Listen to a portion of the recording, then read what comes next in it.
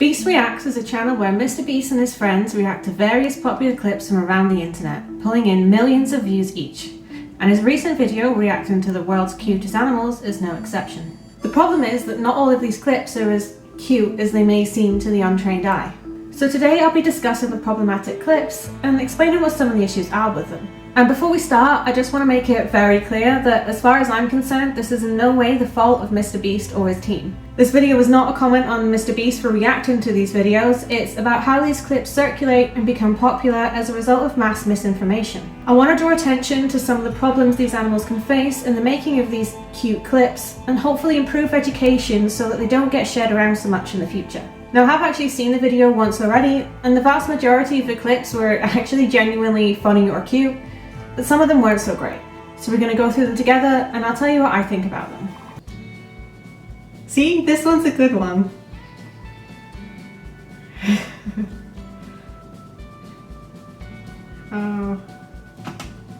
Okay, so from this one, looks like the ground was pretty muddy, so that's where the horse slipped and fell over. This video isn't a problem because the horse was just kind of running around, having a good time, and there was a bit of mud on the floor and he fell over and slipped, which is totally fine. But what would be a problem would be if people wanted to try and recreate this video and then they deliberately made the floor slippery to try and force the horse to fall. In that situation, that would then be a problem, but I don't think that's what happened here. I think this one's totally fine. What is this? It's a capybara. It's one of the largest rodents. Look, he's trying to eat him. He's like, I maybe could fit you in there. Is this cute, or is this like, if that was a smaller animal, the bird would have ate it, right? Yeah, see, that's a very, very good point. If it was a smaller animal and someone was allowing the bird to just attempt to eat it, that would be a problem because the bird could actually eat it. But because the capybara is so big, it just doesn't care. It's, again, totally fine, not problematic at all, he's all good. And birds don't have teeth or anything like that, so there's no risk of injury in that way or anything, so again, totally fine. See, I've seen this one before.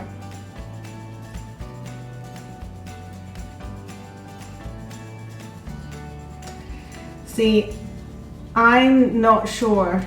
See, if this is a case of the slide has been put in something like a dog daycare, for example, and the dogs are willingly going down the slide, then it's not so much a problem. But my concern would be that someone's standing at the top forcing them to go down. But when they do get to the bottom, they are all looking very happy. They're all quite happy, perky. Ears are up, tails are up, body posture is good. It doesn't look like any of them are particularly stressed, so that one's kind of middle groundy.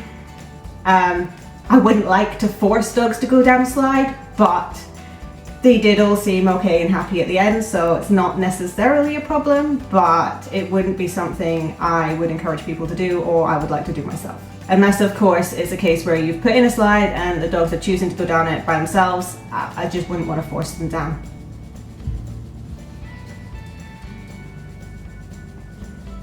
I love this one. He's so happy. Oh snap. The cat's like, oh my god, please The invasion of the dogs. Again, I'm gonna be honest, this is adorable, but I'm getting a little concerned for the cat. Oh my god, shut up, yeah. skateboarding dog.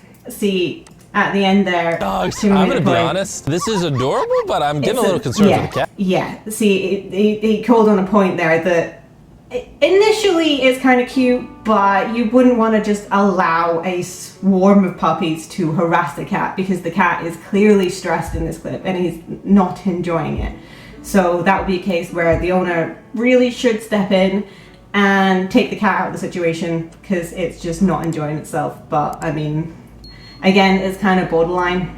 Nothing like working at PetSmart. This is PetSmart? Is that hamster okay?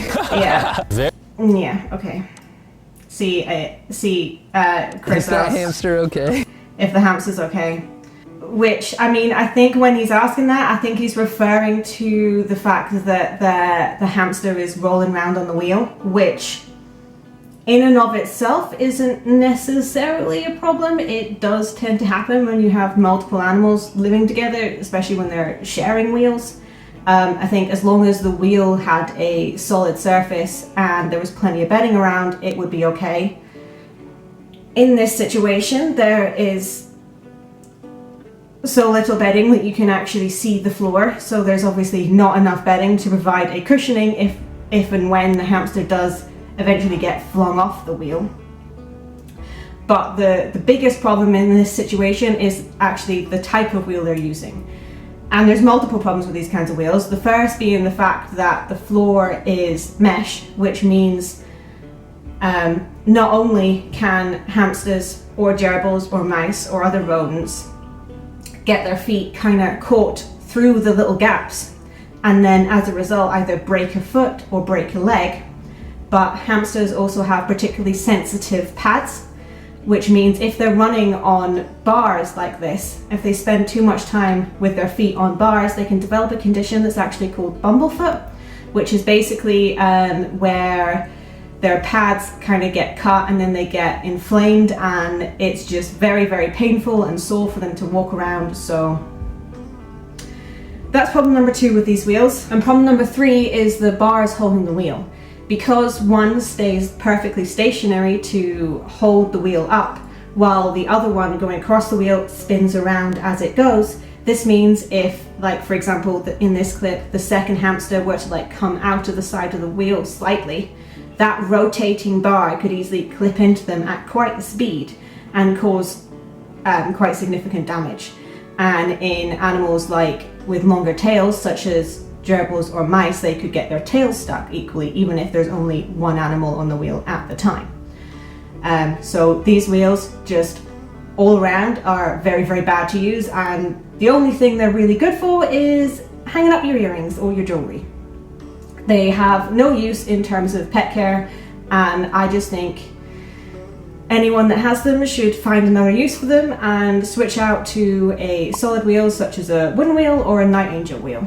So just going to be much, much better for your animals in the long run.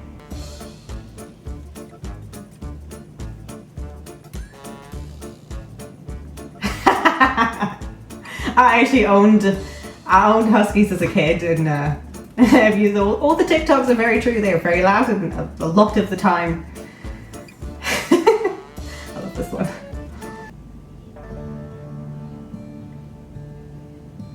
That white hamster does look quite stressed and not happy at all. It could be just as a result of the other hamster that's there, because hamsters are generally very, very aggressive towards one another. So it's generally not a good idea to allow 2 hamsters to interact and be in the same space like this. That could perhaps be why the white one is acting the way it is. So generally not recommended. Don't let hamsters hang out together, keep them separate. This is the worst one. It's a hamster. They love each other. Peak adorability. He's like, oh, it kind of tastes good Did actually. we just trick this cat into thinking the hamster was its child? No, we That's a didn't. No, we skinwalker, did that's not. We did not trick this hamster into thinking the cat was his child. This is just awful. I've seen this one before, but it still makes me cringe. The reason the hamster is running underneath the cat is because the hamster is terrified and it is trying to find a place to hide. Because there's a cat. And cats eat rodents. And a hamster is a rodent. So even just allowing small rodents to interact with cats is quite literally putting their lives in danger, because all it takes is a split second for the cat to snap at that rodent, whether it's a hamster, a gerbil, a mouse, whatever it happens to be. It takes a split second for the hamster to snap and that animal could be gone. And not only that, but if the cat decides to swipe at the animal, cats' claws have immense amounts of bacteria on them. So even a tiny, tiny scratch could very, very easily turn into a life-threatening infection for a small rodent such as a hamster. And this clip gets even worse as it goes on, because the owner is not only allowing the cat to lick the hamster, they are encouraging it. It's just, you're literally putting a small animal, a small helpless animal, a small prey animal right in front of a predator's mouth and encouraging that predator to lick the prey. Like, that's just so incredibly irresponsible and just a horrific thing to do. And think of the experience that hamster has to go through. Like, literally being millimeters away from something that could quite possibly end their lives. And although by the looks of things the hamster did survive this encounter, that doesn't mean any and all small rodents can just go and hang out with cats and it's fine. That's the problem, is that this clip is encouraging that kind of thing, and more often than not you're gonna end up losing your hamster. And this is not an isolated incident. I see clips online all the time of people letting their small rodents hang out with cats whose primary diet is literally small rodents. And you're just letting them hang out and be friends. Cats and their food are never going to be friends. Under any circumstances, it is an unacceptable thing to do. It should never happen. It's completely inappropriate. And I feel so terrible for the hamster that has to live in this situation, and any other hamsters that have to live in situations where they are being forced to interact with predators. He's like, oh, kind of tastes good actually. Yeah, exactly. The point that Chris made there, it tastes good. The cat is literally sampling its next meal. It's not funny. It's not cute. They're not friends. It's just not okay on any level. See, there we go. That's the problem. The fact that the dog is on a leash is what makes this clip concerning. If, for example, a stray dog had wandered off and happened to befriend a polar bear and they were sitting and hanging out, that would probably be a interesting, quirky event that happened. However, the fact that the dog's on a leash suggests that either the dog has gotten away from its owner while they were out for a walk and come across a polar bear, and the owner is now filming rather than helping. Or, more concerning, it could mean that the dog has been tied down near a polar bear. Or it could be potentially have its leash caught on something.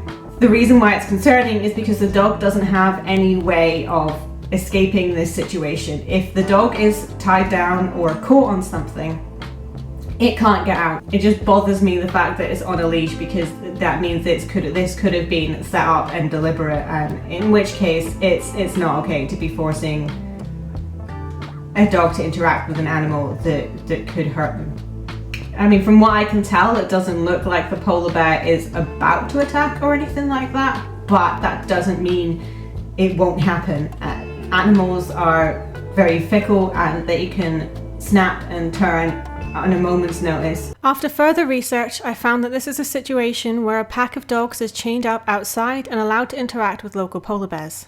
The polar bears are being regularly fed to try and prevent them from attacking the dogs, but after missing a day of feeding, the bear in the clip attacked the dogs, and sadly one of them didn't survive. These dogs can be bred to warn their owners of polar bears, but they must be off leash so they can bark and retreat to safety. This was not correctly done in this situation, and it unfortunately resulted in the loss of life, and the owner had 3 of his animals removed. That's not great.